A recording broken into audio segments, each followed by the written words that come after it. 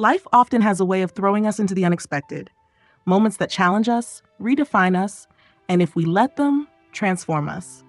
This story is about two such moments, two lives, two souls, and one incredible journey. Meet Matthew, a young man who seemed to have it all: success, talent, a bright future ahead. But as often happens, life had other plans. In a single instant, his world was turned upside down, leaving him to wonder if he could ever find meaning again. And then there's Grace, a young woman with her own battles, her own losses. But where most would see despair, Grace found hope. Where most would surrender, she chose to fight, not with strength, but with kindness. It's a story of connection, a story of how one person, one moment of courage can change a life forever. Matthew and Grace's paths crossed in the most unlikely of ways, and in that meeting, they discovered a truth we all need to hear. No matter how dark life gets, there is always a light. This is a story about hope, about transformation, and about the extraordinary power we all have to rise above our challenges and make a difference. Are you ready to begin? My name is Matthew, and for a long time I thought my life was the definition of perfect. Let me paint the picture for you. I was the captain of my high school basketball team, a team everyone loved to root for. Every Friday night under those bright lights, I'd hear the crowd chant my name as I ran onto the court. That feeling? Like nothing else in the world. It made me feel unstoppable, like I could conquer anything. Off the court, I was no less successful. My GPA was nearly flawless, and every teacher seemed to believe I was destined for greatness. Universities from across the country were sending me letters, inviting me to join their programs, offering scholarships that most kids could only dream of. I wasn't just good at what I did. I was celebrated for it. Teachers admired me, classmates wanted to be me, and friends were always there to cheer me on. My girlfriend, Emma, was no exception.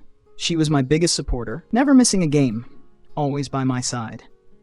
On weekends, Jake, my best friend since middle school, and I would hit the local diner, talking about everything from basketball stats to what the future held for us. Jake was like a brother to me, always cracking jokes, always making sure we lived life to the fullest. To everyone around me, I was living the dream. Honestly, it felt that way to me too. Everything just worked. My days were a blur of practices, study sessions, and moments with the people I cared about most. Every piece of my life seemed perfectly aligned, as if nothing could ever go wrong. And yet, if I'm honest, there was a part of me that started to take it all for granted. I assumed this was just how life was supposed to be, effortlessly good. I didn't realize how fragile that perfection was. Looking back now, I wish I had taken a moment to really appreciate it, to hold on to those small joys a little tighter. But life has a funny way of teaching you lessons when you least expect it. My perfect world didn't just crack, it shattered, and it happened in the blink of an eye. That night, I remember every detail like it was yesterday. It was supposed to be one of the best nights of our lives, prom night. The gym was decorated with streamers and fairy lights, the music was loud, and everyone was having the time of their lives. Jake and I were laughing, joking around, and posing for pictures. Emma looked stunning in her dress, her laughter lighting up every corner of the room. By the time the night wound down, Jake had had more than a few drinks. He was his usual carefree self, cracking jokes and singing along to songs as the crowd started to thin out. "I'm good to drive," Jake said, spinning his car keys in his hand. I remember the way my stomach sank. "Jake, come on, you've had too much? Let me call an Uber." But Jake just laughed, brushing me off. "Relax, Matt. I'm fine. I've driven home in worse shape." I didn't want to fight with him, not on a night like this. I thought about calling someone else to come pick us up, but then I heard Emma's voice. "Let's just go home, Matt," she said, leaning on my arm. "It's late." Jake was already walking toward the car, keys jingling in his hand. Against my better judgment, I followed. "It's just a short drive," I told myself. "What's the worst that could happen?" The road was quiet, lit only by the soft glow of streetlights. Jake was humming to himself, his hands loose on the steering wheel. Emma was texting on her phone, and I was staring out the window, the night's laughter still ringing in my ears. Then, out of nowhere, I saw headlights. Bright. Too bright. "Jake, watch out," I shouted, but it was too late. The sound of tires screeching, the deafening crash of metal against metal, and then, Silence. When I opened my eyes, everything was wrong. The car was tilted, smoke was rising from the hood, and I couldn't move. My legs felt nothing. Jake? Emma? I called out, panic clawing at my chest. Jake didn't answer. Emma's phone was lying shattered on the dashboard. I could hear faint voices outside, people shouting, but it all felt so far away. When I woke up, the sterile white walls of the hospital surrounded me. My mom was there, holding my hand, her eyes red from crying. What happened? I croaked. The doctor entered, his expression calm but heavy. Matthew, you've suffered a severe spinal cord injury. The damage is irreversible. You're paralyzed from the waist down. The words hit me like a freight train. But then came the second blow. Jake didn't make it, my mom whispered, her voice breaking. I couldn't breathe. Jake, my best friend, my brother and everything but blood, was gone. And I was alive, trapped in a body that no longer felt like mine. I can't feel my legs, I said, my voice trembling. I can't feel anything. In those first few days, I replayed the crash over and over in my mind. Every time, I told myself the same thing. You should have stopped him. You should have fought harder. You should have done something. But it was too late. Jake was gone. My legs were gone.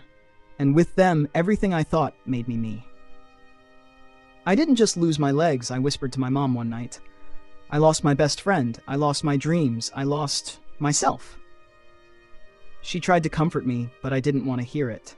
I didn't want to hear that things would get better, because in that moment, I couldn't see how they ever could. I had always been the strong one, the one people looked up to.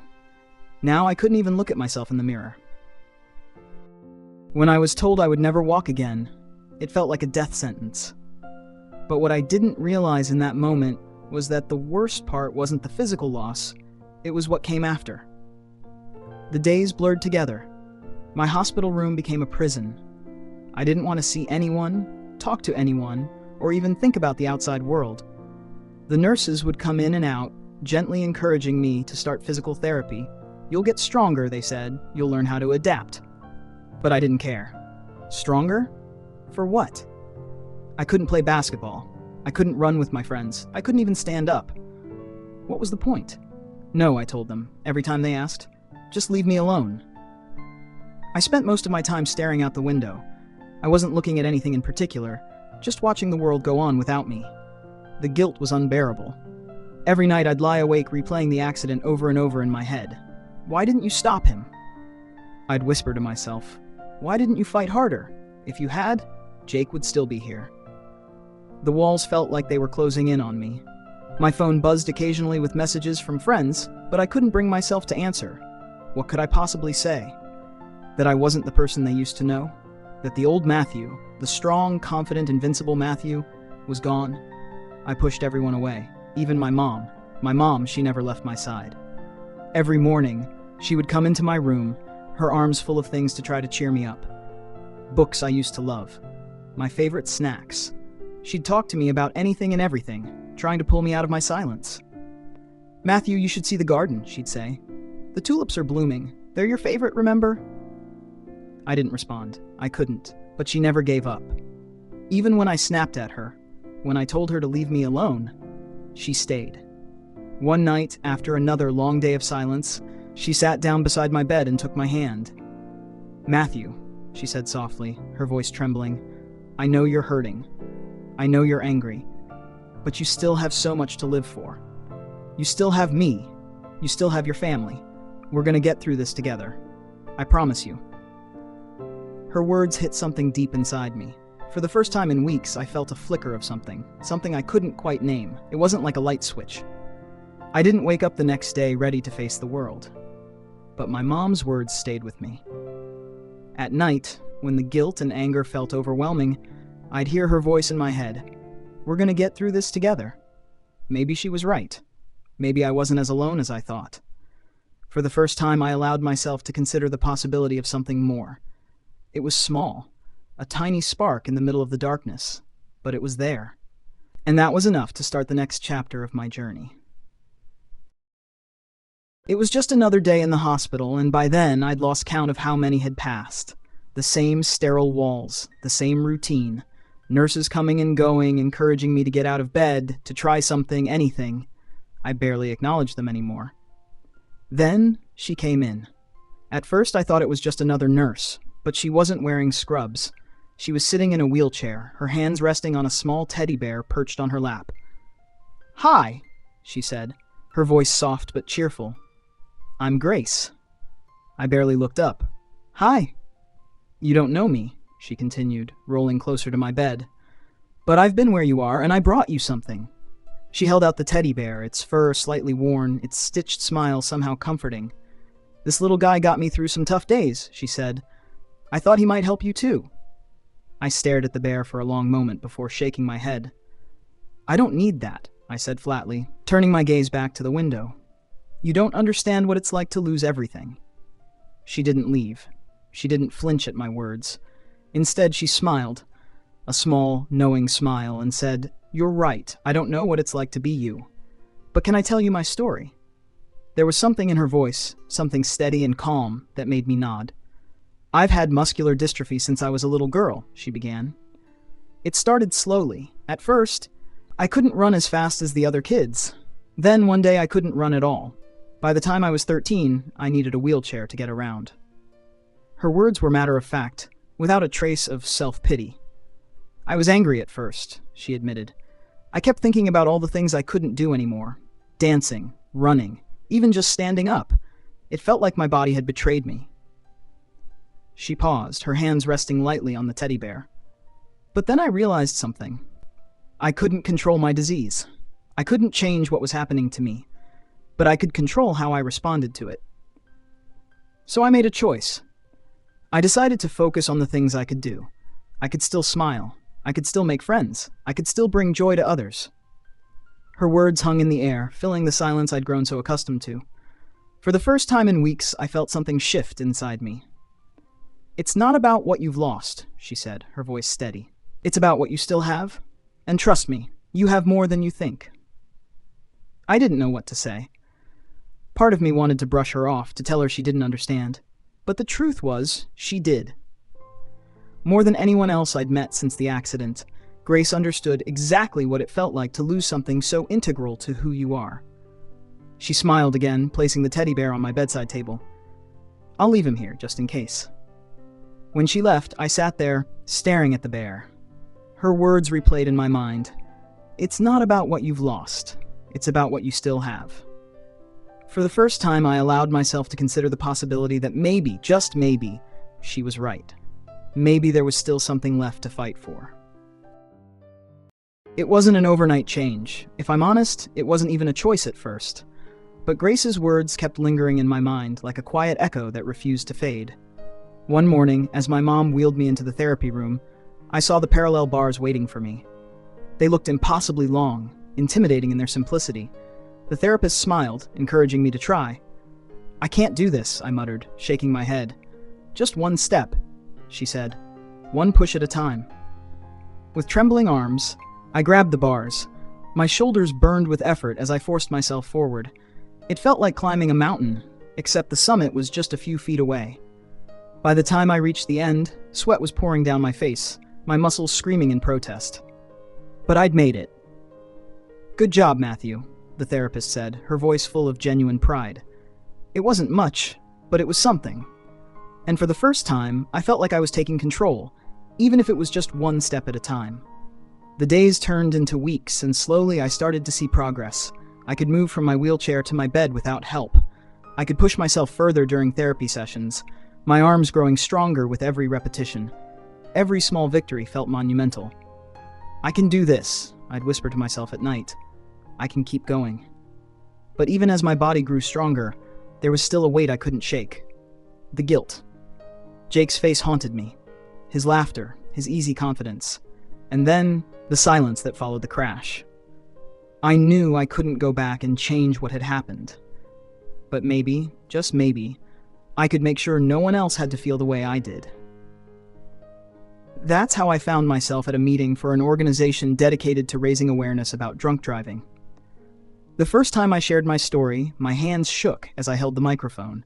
The words felt heavy in my throat, every sentence dragging me back to that night. "I lost my best friend because I didn't fight hard enough to stop him from driving drunk," I told the room, my voice cracking. "And now I'm sitting here, in this wheelchair, wondering every day if I could have done more." When I finished, the room was silent. My chest felt tight, like I'd just ripped open an old wound. But then, someone started clapping, and then another, and another. After the talk, a young man came up to me. He couldn't have been older than 17. "Thank you for sharing that," he said. "It made me realize how much responsibility we have to look out for each other." Hearing those words, it was like a weight had been lifted. For the first time, I felt like my story, my pain, had a purpose. But the moment that truly changed me came a few months later. After one of my talks at a local high school, a woman approached me. She looked nervous, clutching her purse tightly as she walked up. "Matthew," she said, her voice trembling, "I just wanted to thank you.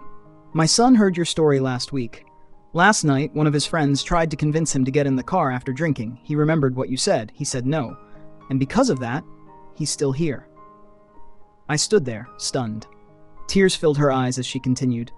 "You saved my son's life," she said. I didn't know what to say. My throat felt tight, my chest heavy with emotion. All I could do was nod, a lump forming in my throat as tears streamed down my face. In that moment, I realized something. "I can't change the past," I whispered to myself later that night, "but I can make sure Jake's story, and mine, makes a difference." For the first time since the accident, I felt like I was truly living again. And it wasn't about basketball or scholarships or trophies. It was about helping others, about turning my pain into something meaningful. Matthew's journey is a testament to the resilience of the human spirit. Life may knock us down, sometimes in ways we never expect, but it's not the fall that defines us. It's how we choose to rise.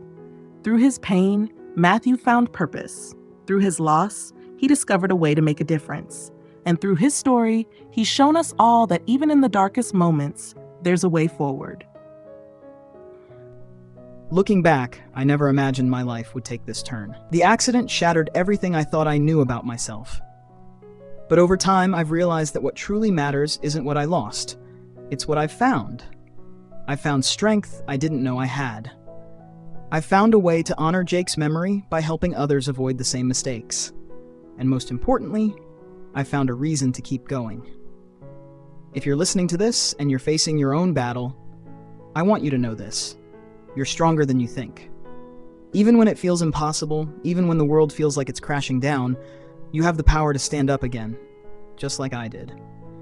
Your story isn't over, it's just beginning. So, what will you do with your challenges? Will you let them define you, or will you find the strength to rise above? Matthew did, and maybe, just maybe, you can too.